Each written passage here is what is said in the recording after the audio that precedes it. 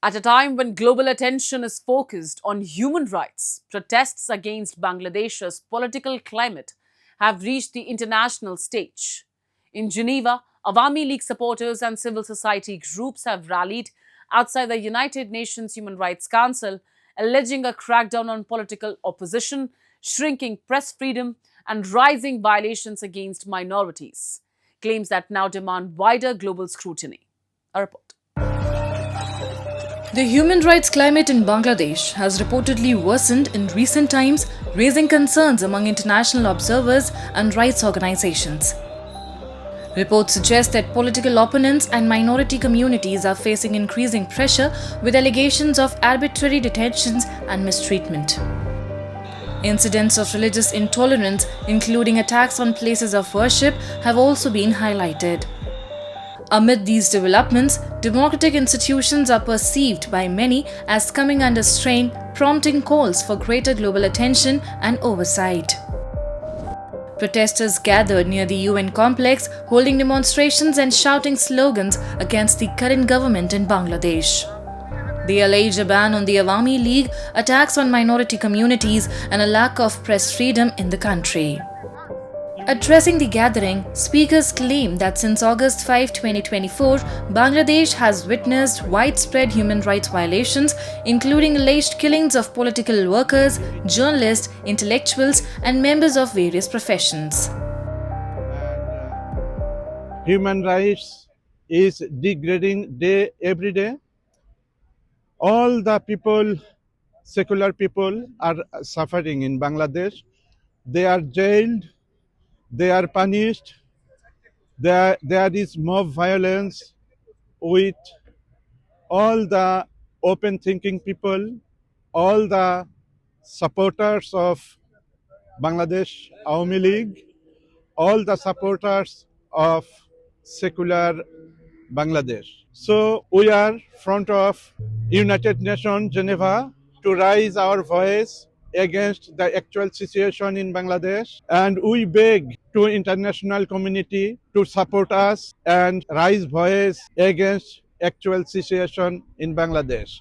Last month there was a IWASH election. Unfortunately, BNP take the power of Bangladesh, but they are continuing the same illegal things in Bangladesh, violation against minority and violation against humanity.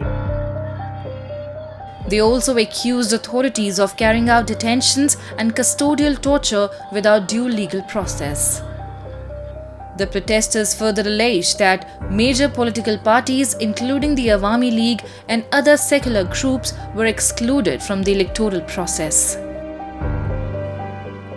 There's a mob violence, mob lynching. There at least at that time 537 people were killed. 213 documented cases that Awami League activists and its associated organizations activists were killed.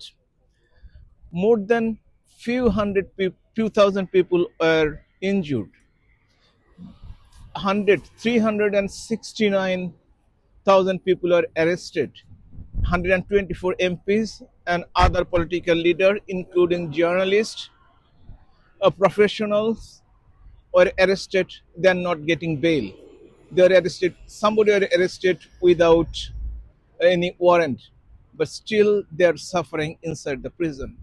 And the biggest party of the country, the most popular party of the country, Bangladesh Awami League, was forcefully kept from the participating election by an executive order. We came here to raise our voice against that impunity, what's going on in Bangladesh moment. There was an election that was not participatory, and the new government has come.